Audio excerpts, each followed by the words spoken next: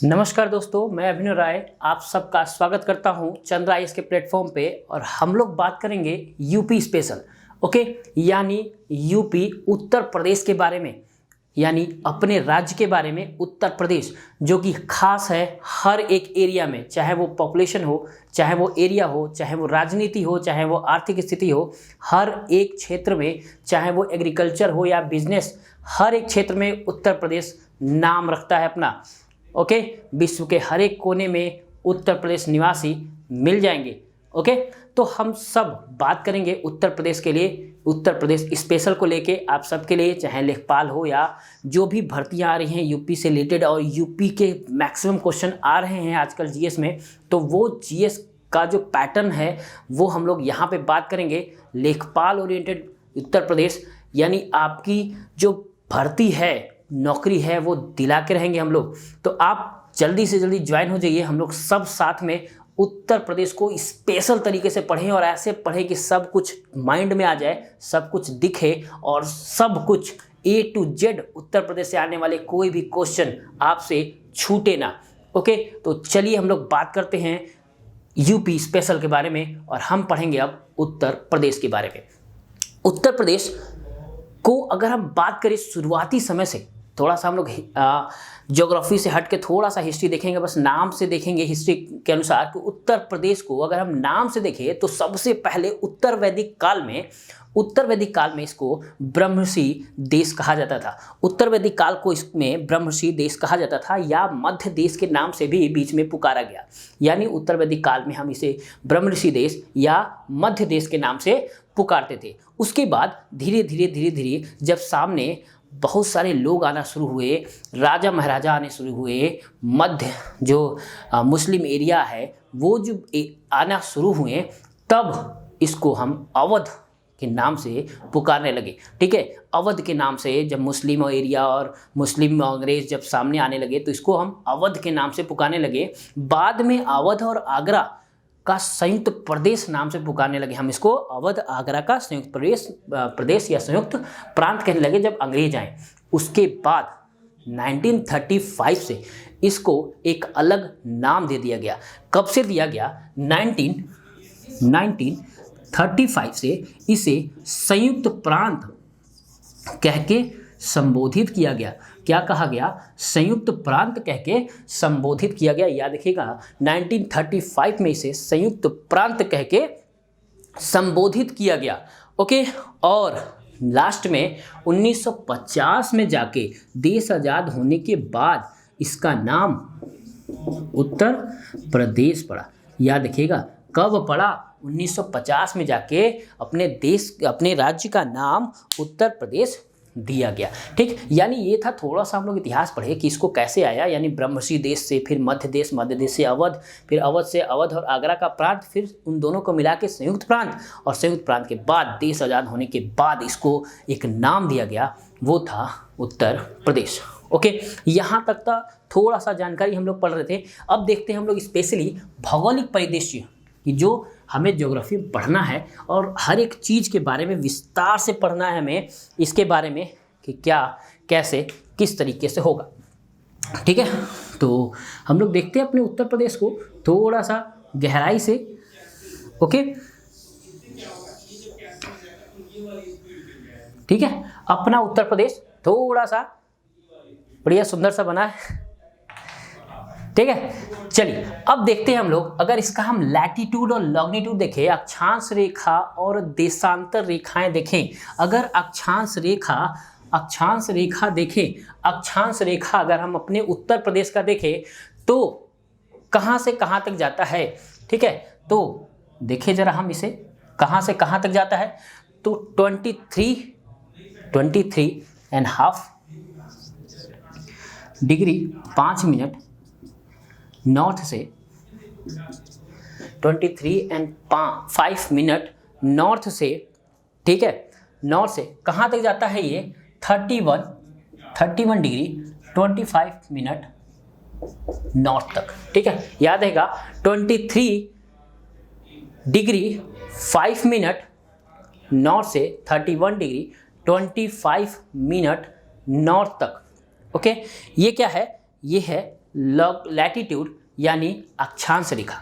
अगर हम बात करें देशांतर रेखाओं की, क्या बात करें हम इसकी, देशांतर रेखाओं की, ठीक है। ये क्या था, अक्षांश रेखा, ये क्या है, देशांतर रेखा। जो वर्टिकल लाइन होता है उसको कहते हैं देशांतर रेखा, ठीक है। याद रखिएगा, तो कहाँ से होकर जाता है, 77 डिग्री 5 मिनट ईस्ट, ठीक है, 77 डिग्री 5 मिनट ईस्ट से 84 डिग्री 84 डिग्री 34 मिनट ईस्ट तक, ठीक है, 39 मिनट ईस्ट तक, याद रहेगा 84, ठीक है, 84 डिग्री 39 मिनट ईस्ट तक, ठीक। ये क्या है, ये है हमारी देशांतर रेखा, याद रहेगा, ये क्या है, देशांतर रेखा। यानी अक्षांश रेखा 23 एंड 5, ठीक है, sorry 23 and 52 minute, 23 degree 23 degree 52 minute north से 31 डिग्री 25 मिनट नॉर्थ तक, ठीक है। फिर देशांतर रेखा 77 डिग्री 5 मिनट ईस्ट से 84 डिग्री 39 मिनट ईस्ट तक, ठीक है। ये क्या है, हमारे अक्षांश रेखा और देशांतर रेखा, यानी हमारा जो एरिया है उत्तर प्रदेश का वो इसी भूभाग में, इसी अक्षांश और देशांतर रेखा के बीच में पाया जाता है, ठीक है। ये कवरिंग है हमारे उत्तर प्रदेश का, ओके, अक्षांश और देशांतर रेखा। इतना समझ में आया। अगर हम बात करें इसकी लंबाई की, इसकी लंबाई या पूरब पश्चिम चौड़ाई, ठीक है, या तो हम पूरब पश्चिम लंबाई कह दे, पूरब पश्चिम चौड़ाई कह दे, या पूरब पश्चिम एरिया कह दे, तो कितना कवर करता है, कितना किलोमीटर है, तो ये है 640 किलोमीटर। कितना है, 640 किलोमीटर, याद रहेगा, ओके, सॉरी 650 किलोमीटर, और चौड़ाई जो है वो 240 किलोमीटर का है, ठीक है। यानी जो लंबाई है, जो पूरब पश्चिम है लंबाई, उसे हम 650 किलोमीटर कहते हैं, जो उत्तर दक्षिण चौड़ाई है वो है 240 किलोमीटर का। इतना समझ में आया, इतना समझ में आया कि ये अक्षांश रेखा और देशांतर रेखा के बाद इसकी लंबाई यानी पूरब पश्चिम जो लंबाई है वो है 650, और उत्तर दक्षिण जो चौड़ाई है वो कितना है, 240 किलोमीटर, ओके, कितना है, 240 किलोमीटर, ओके। अगर हम बात करें पूरे एरिया की, तो कितना है, 2,40,928 वर्ग किलोमीटर, 2,40,928 वर्ग किलोमीटर, ये क्या है, एरिया है, ठीक है, 2,40,928 वर्ग किलोमीटर का इसका एरिया है, ठीक। अगर हम बात करें पूरे भारत का 7.33% एरिया ये कौन कवर करता है, उत्तर प्रदेश। कौन कवर करता है, उत्तर प्रदेश, याद रहेगा। यानी पूरे एरिया कितना है इसका, 2,40,928 वर्ग किलोमीटर एरिया है, जो कि कवर करता है पूरे भारत का 7.33%, ठीक, ओके। इतना डन, याद रहेगा। अगर हम बात करें क्षेत्रफल की दृष्टि से उत्तर प्रदेश का स्थान, ठीक है, क्षेत्रफल की दृष्टि से उत्तर प्रदेश का स्थान भारत में चौथे है। भारत में कौन से स्थान पे है, क्षेत्रफल की दृष्टि से 4th प्लेस पे है, ठीक है। इससे बड़ा कौन कौन है, सबसे बड़ा अगर बात करें तो कौन है, राजस्थान, ठीक है, कौन है, राजस्थान। राजस्थान के बाद मध्य प्रदेश, कौन प्रदेश, मध्य प्रदेश, यानी राजस्थान के बाद मध्य प्रदेश, और मध्य प्रदेश के बाद है महाराष्ट्र, ठीक है, कौन है, महाराष्ट्र, और महाराष्ट्र के बाद है हमारा उत्तर प्रदेश, ठीक है। यानी कौन से पोजीशन पे है, 4th पोजीशन पे है, यानी क्षेत्रफल की दृष्टि से चौथे स्थान पे है, यानी राजस्थान, मध्य प्रदेश और महाराष्ट्र के बाद चौथा स्थान जो है वो किसका है, उत्तर प्रदेश का। इतना समझ में आया, इतना समझ में आया। क्या क्या है हमारा, जो लैटिट्यूड है, लॉन्गिट्यूड है, लंबाई है, उत्तर पूर्व पश्चिम लंबाई, उत्तर दक्षिण लंबाई, ठीक है। एरिया है 2,40,928 वर्ग किलोमीटर का, 7.33% एरिया कवर करता है। चौथे स्थान पे एरिया में राजस्थान, मध्य प्रदेश, महाराष्ट्र के बाद उत्तर प्रदेश का स्थान है, ठीक। पॉपुलेशन में बात करें, अगर किस में बात करें, पॉपुलेशन में, तो नंबर 1 प्लेस पे है, ठीक है।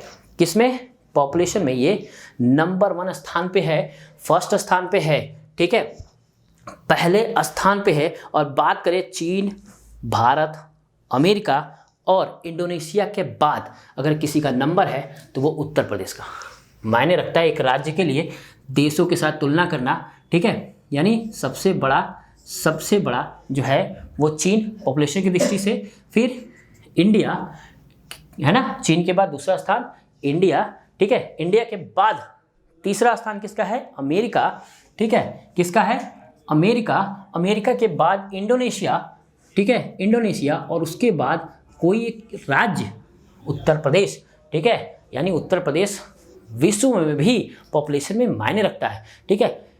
चाइना, इंडिया, अमेरिका, इंडोनेशिया के बाद अगर हम बात करें तो यूपी का पॉपुलेशन बहुत ही मैक्सिमम है, ठीक। 2011 के अनुसार अगर हम बात करें तो 19 करोड़ 95 लाख की जनसंख्या थी 2011 में। कितना है? 19 करोड़ 95 लाख की जनसंख्या कब थी इसकी? 2011 में, है ना। यानी 19.8 करोड़ की जनसंख्या थी। अगर हम 2021 में बात करें इसकी तो 2021 में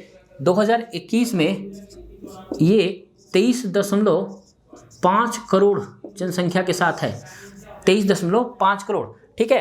अगर हम 2011 में बात करें तो 19.9 करोड़, ठीक है, 19.9 करोड़, जबकि 2021 में ये जनसंख्या कितनी बढ़ गई है? 23.5 करोड़ की जनसंख्या हमारे सिर्फ उत्तर प्रदेश की हो गई है। इतना बड़ा पॉपुलेशन है, इतने बड़ा मार्केट है, इतना बड़ा एरिया है कि ये सबकी निगाहों में है उत्तर प्रदेश, ठीक है। चाहे वो लोकसभा चुनाव हो या राज्यसभा चुनाव हो या विधानसभा चुनाव हो, उत्तर प्रदेश हर जगह हावी है, ठीक।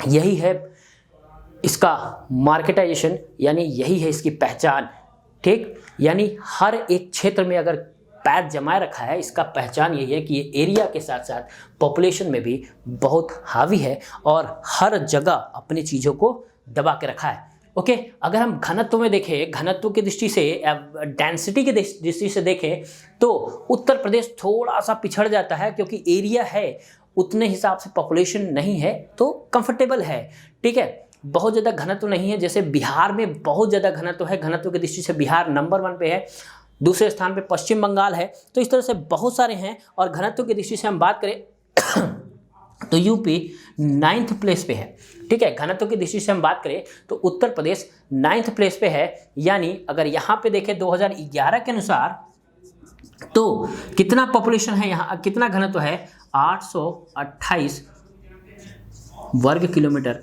पॉपुलेशन एरिया में 828, यानी 1 किलोमीटर एरिया में 828 पीपल हैं, ओके। यानी 828 ही लोग हैं मात्र। तो ये घनत्व की दृष्टि से बहुत ही बेटर है कंडीशन में, यानी बहुत ज़्यादा भीड़ भाड़ भी नहीं है और बहुत कम भी नहीं है, बहुत एरिया है और उसी के अकॉर्डिंग काम भी हो रहा है। तो उत्तर प्रदेश का घनत्व की दृष्टि से 9th प्लेस पे ये है। तो इतना सब कुछ, इतना नॉर्मल सी जानकारी थी जो हम लोग आगे पढ़े। अब हम लोग बात करते हैं थोड़ा सा इसके और भी पड़ोसी देश या पड़ोसी राज्य और कौन कौन से देश हैं उसके बारे में। कौन सा? एक ही देश है, नेपाल हमारा, ठीक है। एक फॉरेन लैंड है। जब हम लोग पार्टी मनाने जाते हैं तो कहाँ जा रहे हो भैया? फॉरेन मन कर रहा है जाने का, हम लोग बैग उठाते हैं और निकल लेते हैं फॉरेन नेपाल घूमने, ठीक है। तो ये उत्तर प्रदेश से सटे हुए। तो हम लोग आप बात करते हैं इसके पड़ोसी राज्यों के बारे में, ओके। चलिए अब हम लोग बात करते हैं उत्तर प्रदेश से सटे जितने भी राज्य हैं उनके राज्य और उत्तर प्रदेश के वो जिले जो उस राज्य से सटे हुए हैं, ओके। यानी उस राज्य के साथ बॉर्डर बनाते हैं वो जिले देखेंगे और साथ में वो सभी राज्य देखेंगे जो इसके साथ सीमा बनाती है, ओके। तो चलिए एक एक करके देखते हैं। अगर हम बात करें एक इंटरनेशनल देश का तो वो है नेपाल, जो हमारे साथ सीमा बनाता है। एक देश है, फॉरेन है ना, एक ऐसा देश जहाँ के बॉर्डर खुले हुए हैं, हम आराम से नेपाल जा सकते हैं, नेपाल से आ सकते हैं जब तक कि वो रोक ना लगा दे, ठीक है। तो आराम से नेपाल एक देश है। उसके बाद हम बात करें दूसरे राज्य की तो बिहार है, झारखंड, छत्तीसगढ़, मध्य प्रदेश, राजस्थान, दिल्ली, हरियाणा, हिमाचल प्रदेश, उत्तराखंड, यानी इतने सभी राज्यों के साथ हम सीमा बनाते हैं, ठीक है। ठीक, यानी कितने राज्यों के साथ अगर हम बात करें कितने राज्यों के साथ हम सीमा बनाते हैं तो 1 2 3 4 5 6 7 8 और 9 राज्य, ठीक है। यानी 9 राज्य और एक देश के साथ हम लोग क्या बनाते हैं? सीमा बनाते हैं, याद रहेगा इतने राज्य और देश के साथ हम सीमा बनाते हैं। तो आइए एक एक करके हम बात करें कि कौन सा राज्य कौन से उत्तर प्रदेश के किस किस जिलों के साथ संबंध या सीमा बनाते हैं। तो चलिए बात करें, नेपाल एक देश है, देश के साथ हमारे उत्तर प्रदेश की कौन कौन से सीमा अटैच है और किस तरीके से हम लोग इन जगह पे जा भी सकते हैं। और बात करते हैं नेपाल से, तो नेपाल से कौन कौन से जिले हैं, तो पीलीभीत, लखीमपुर, बहराइच, श्रावस्ती, बलरामपुर, सिद्धार्थनगर, महाराजगंज और कुशीनगर का कुछ एरिया। यानी ये जो एरिया है, ये जो जिला है, वो हमारे नेपाल के साथ सीमा संबंध रखता है, सीमा बनाता है। ठीक, तो कौन कौन है, पीलीभीत, लखीमपुर, बहराइच, श्रावस्ती, बलरामपुर, सिद्धार्थनगर, महाराजगंज और कुशीनगर। ओके, तो याद रहेगा नेपाल के साथ ये जो जिले हैं वो सीमा बनाते हैं। अगर हम बात करें अपने पूर्वी राज्य बिहार की, तो पूर्वी राज्य जो बिहार है उसके साथ कौन कौन सी सीमा बनाते हैं, तो ये है कुशीनगर जो दोनों के साथ से सीमा संबंध रखती हैं। कुशीनगर, देवरिया, बलिया, गाजीपुर, चंदौली और सोनभद्र। ओके, तो याद रहेगा बिहार के साथ कौन कौन है, कुशीनगर, देवरिया, बलिया, गाजीपुर, चंदौली और सोनभद्र। ओके, अगर हम बात करें झारखंड के साथ, तो झारखंड के साथ सिर्फ एक जिला है जो है सोनभद्र, जो इसके साथ संबंध बनाता है, यानी सीमा संबंध करता है। और छत्तीसगढ़ के साथ भी सोनभद्र ही है। ठीक, मध्य प्रदेश के साथ भी सोनभद्र है, यानी सोनभद्र जो है वो चार राज्यों के साथ सीमा संबंध करता है, यानी सीमा संबंध रखता है। उसके सीमाएं लगती हैं बिहार, झारखंड, छत्तीसगढ़ और मध्य प्रदेश। ठीक है, याद रहेगा ये क्वेश्चन बार बार पूछता है, कई बार पूछा जा चुका है, इसलिए इसको ध्यान में रखिएगा कि सोनभद्र एक ऐसा जिला जो 4 राज्यों से अटैच होता है, 4 राज्यों की सीमाओं से अटैच होता है। तो याद रहेगा बिहार, झारखंड, छत्तीसगढ़ और मध्य प्रदेश, इन सभी राज्यों से जो सीमा संबंध रखता है वो कौन है, सोनभद्र। ओके, तो ये क्वेश्चन बार बार आता है, इसलिए याद रखिएगा। चलिए अब हम लोग मध्य प्रदेश से बात करें, मध्य प्रदेश से कौन कौन से जिला जो है वो संबंध है, सोनभद्र, मिर्जापुर, इलाहाबाद, चित्रकूट, बांदा, महोबा, झांसी, ललितपुर, ठीक है, जलौन। ओके, जलौन। ओके, ये सब किसके साथ अटैच होते हैं, मध्य प्रदेश के साथ। याद रहेगा मध्य प्रदेश के साथ और इटावा और आगरा। ठीक है, यानी सबसे ज़्यादा अगर हम सीमा संबंध रखते हैं, सीमा अटैच है हमारी राजधानी, हमारे राज्य का, तो वो है मध्य प्रदेश। ठीक, तो कितने जिले के साथ, सोनभद्र, मिर्जापुर, इलाहाबाद, चित्रकूट, बांदा, महोबा, ललितपुर, झांसी, जलौन, इटावा और आगरा।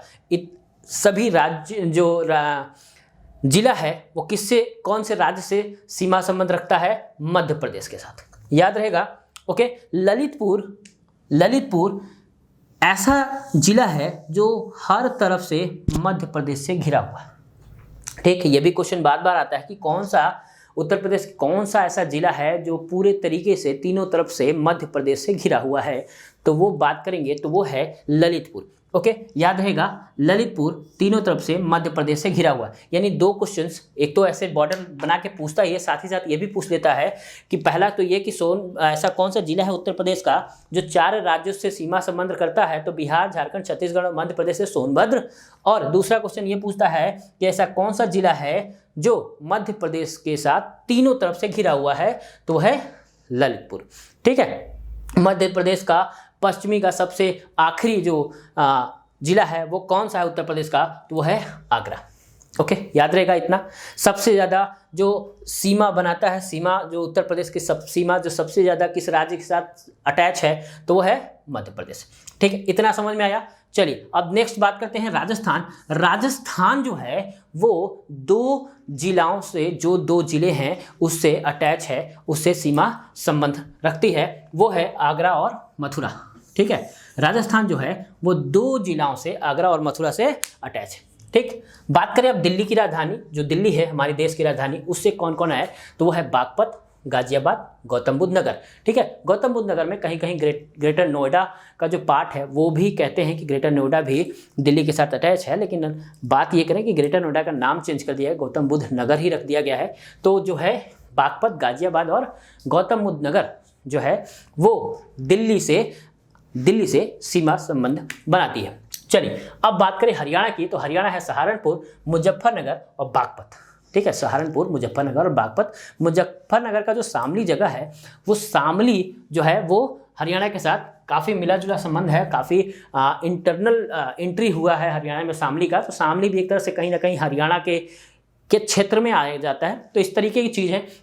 तो हरियाणा से सहारनपुर, मुजफ्फरनगर और बागपत है। हिमाचल प्रदेश से एक ही जिला है, वो है सहारनपुर। ठीक है, सहारनपुर याद रखिएगा, सहारनपुर भी 3 राज्यों से अटैच है। ठीक है, सहारनपुर 3 जो राज्य हैं उससे सटे हुए हैं, उससे सीमा संबंध करता है। यानी सहारनपुर पश्चिम से हरियाणा के साथ, उत्तर से हिमाचल प्रदेश के साथ और पूर्व से उत्तराखंड के साथ सीमा संबंध रखता है। याद रहेगा, सहारनपुर 3, यानी सोनभद्र अगर 4 कर रहा है तो सहारनपुर 3 राज्यों के साथ सीमा बनाता है। चलिए जो उत्तराखंड है उसकी बात करें। उत्तराखंड जो हमारे अपने ही राज्य से कट के 2000 में बनाया गया था, 2000 में वो उत्तराखंड बना है। ठीक, अब उसका कौन कौन से जिले के साथ संबंध है, तो है सहारनपुर, मुजफ्फरनगर, बिजनौर, मुरादाबाद, रामपुर, बरेली और पीलीभीत। ओके, पीलीभीत का कुछ पार्ट उत्तराखंड में भी आता है। ठीक, तो सहारनपुर, मुजफ्फरनगर, बिजनौर, मुरादाबाद, रामपुर, बरेली और पीलीभीत ये उत्तराखंड से हमारे साथ सीमा संबंध बनाते हैं, यानी सीमा का जो समांकन है वो होता है। तो हम लोग ने अभी देखा कुछ उत्तर प्रदेश के भौगोलिक परिदृश्य और साथ ही देखा वो अपने सटे हुए जितने भी राज्य और एक देश नेपाल के बारे में, और कौन कौन से ऐसे जिले हैं जो इन सब के साथ सीमा संबंध बनाते हैं उनके बारे में हम लोग देखा। तो इसको बड़ा माइन्यूट सा आप लोग याद रखने की कोशिश करिएगा, फिगर दिमाग में रखने की कोशिश करिएगा। जितना अच्छा दिमाग में आप रख सकते हो मैप को आप रखें, ताकि चीज़ें याद रहे।